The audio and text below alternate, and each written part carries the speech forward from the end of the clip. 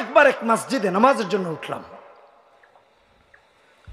প্রায় 11-12 বছর হয়ে গেল জুমার নামাজ পড়ানোর। আর এ কারণে অন্য কোনো ইমামের পেছনে পড়ার সুযোগ বেশি একটা হয় না, পড়িয়ে অভ্যস্ত। একবার এক জায়গায় মাহফিলে গেলাম, বিশাল মাদ্রাসা, সেখানে বৃহস্পতিবার এবং জুমাবার এই দুদিন তাফসির হয়। জুমার নামাজের পরপর আখেরি মোনাজাত হয়। তো সেখানে নামাজে গেলাম, দাঁড়ালাম। মাহফিলে যাওয়ার আগেই এক মসজিদে দেখলাম যে খুতবা শেষ হয়ে যাবে অথবা নামাজ দাঁড়িয়ে যেতে পারে, এই আশঙ্কা করে ওই পাশে এক মসজিদে নামাজের জন্য উঠলাম। উঠতে উঠতে মসজিদের 3য় তলায়, প্রথম রাকাতে প্রথম তলাতে জায়গা হলো না, 2য় তলায় জায়গা হলো না, 3য় তলায় জায়গা পেয়েছি, ওখানে গিয়ে দাঁড়িয়েছি। 3য় তলার প্রথম কাতারে ডান দিকে কিছু জায়গা রেখে দাঁড়িয়েছি, মোটামুটি ডান পাশ ঘেঁষেই। আমাদের যুব সমাজের তো অবস্থা এমন, মসজিদের প্রথম কাতারে তাদেরকে পাওয়া না গেলেও সবার শেষ কাতারে আর সবার উপরের তলায় পাওয়া যায়। কথা বলেন ঠিক কেনা বেঠে? হেরাই কর ঠিক, সাক্ষী তারাই। যদি জিজ্ঞেস করা হয় কেন আসে না আগে, তাহলে খুঁজে পাওয়া যাবে। রাতের বেলা মোবাইল টিপাইতে, গেমস খেলতে, টিভি দেখতে, খেলা দেখতে, গান শুনতে ঘুমায় দেরি করে জুমার নামাজেও গিয়া প্রথম তালায় প্রথম কাতারে তাদের দাঁড়ানোর সুযোগ হয় না। ঘুম থেকে উঠতে দেরি, এটা কেমন মুসলমানের কাজ? তা আমি 3য় তলায় দাঁড়ালাম নামাজের মধ্যে, আমার ডানে বামে অনেকগুলো ছেলেরা দাঁড়িয়েছে, ইয়াং ছেলেপেলেরা, যুবকরা। তো কিয়াম করলাম, মানে নামাজের প্রথম রাকাতে দাঁড়ালাম ইমামের পেছনে, রুকুতে গেলাম। রুকু থেকে উঠে সিজদায় যাব, এমত অবস্থায় পেছন থেকে আমার পাশের জনের পাছায় এমন জোরে, পাছা মানে এই নিতম্বে, এমন জোরে একজন হেড মারলো, বেচারা উল্টায় পুল্টায় সামনের দেয়ালে গিয়ে। আমি তো নামাজের মধ্যে টেনশনে পড়ে গেলাম যে আল্লাহ, সালাম ফিরানো পর্যন্ত কি আমারই পাছায় কেউ হেড মেরে বসে কিনা। রাফি বিন মনির বলে কথা, যদি ওর পাছায় মারছে, যদি আমার পাছায় মারে ভুলে বলে একটা, ইজ্জতটা কই থাকবে বলেন? এই এলাকার মানুষেরাও জুমার পরে ওখানে বায়ানে যাবে, পাশেই, ইজ্জতের 12টা বাজবে।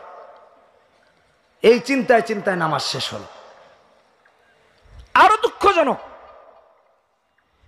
সিজদাতে গিয়েছি তো এমন অবস্থা,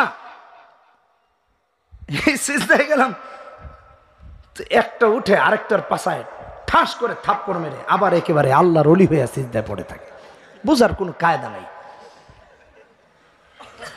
তো যে থাপ্পড় খেয়েছে ও আবার উঠে চিন্তা করে, ওদিকে কিন্তু সিজদায়, মানে 2য় সিজদার কথা বলছে, উঠে দেখে আমারে কে মারলো, রলটুই মারলো না বল্টু মারলো না সেন্টু মারলো, চিন্তা করে খুঁজে যারে সন্দেহ হয় ওর পাছায় আবার একটা ঠাস করে বসায়া দিয়া আবার সুন্দর করে তিনি একেবারে আল্লাহর। এটা বুঝি নামাজ? এই নামাজ আল্লাহর কাছে কোনোদিনও কবুল হবে না।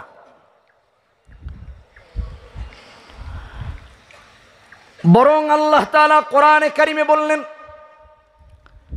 ইন্নাস সালাতা তানহা আনিল ফাহশাই ওয়াল মুনকার ওয়ালাযিকরুল্লাহি আকবার ওয়াল্লাহু ইয়ালামু মা তাসনাউন।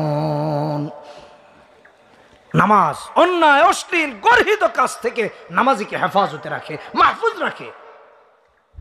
কোন নামাজ? যে নামাজে খুশু আছে, যে নামাজে খুজু আছে। আল্লামা তাকি উসমানী এর জন্য বলেন, নামাজে খুশু যেমন আনতে হবে, খুজুও সেরকম রক্ষা করে সালাত কায়েম করতে হবে। খুজু কাকে বলা হয়? আইন দিয়ে খুজু বলা হয় কাকে? হাতটাকে দিয়ে মানুষের সঙ্গে দুষ্টামিতে লিপ্ত না হওয়া, পা দিয়ে মানুষকে লাথি না মারা, মাথা দিয়ে মানুষকে নামাজের মধ্যে হেড না দেওয়া, হাত পা তথা আপাদমস্তক দিয়ে এমন কোন কর্ম যজ্ঞ আমাদের দ্বারা সম্পাদন না হওয়া যেটা আমলে কাসিরের সমান হয়ে নামাজি বান্দার নামাজ নষ্ট হয়ে যায়, আর এই নামাজ তাকে জান্নাতে নেওয়ার পরিবর্তে জাহান্নামে নেওয়ার কারণ হয়ে দাঁড়ায়। নাউজুবিল্লাহ। খুজুয়া থাকতে হবে। হাত দিয়ে দুষ্টামি করা যাবে না, পা দিয়ে দুষ্টামি করা যাবে না, মাথা দিয়ে দুষ্টামি করা যাবে না।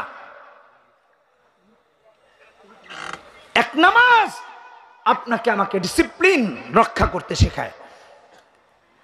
নামাজ যেমন কোন দুষ্টামি করার কোন সুযোগ নাই, আল্লাহ তাআলা যে হায়াত দিয়েছেন এই হায়াত দিয়ে শয়তানকে অনুসরণ করারও কোন সুযোগ। আল্লাহর গোলামিতে নিজেকে লিপ্ত রাখতে হবে সব সময়। ইন্নাস সালাতা তানহা আনিল ফাহশাই ওয়াল মুনকার ওয়া লাযিকরুল্লাহি আকবার। খেয়াল করে বুঝতে হবে।